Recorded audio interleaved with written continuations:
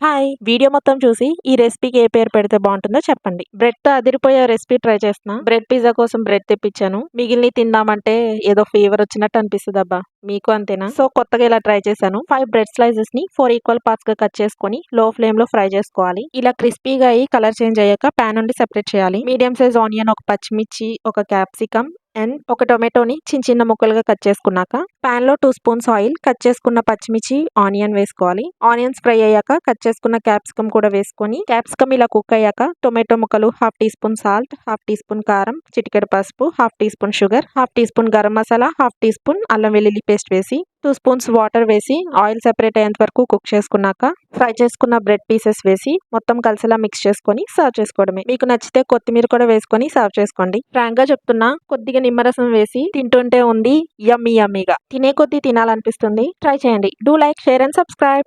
Bye bye.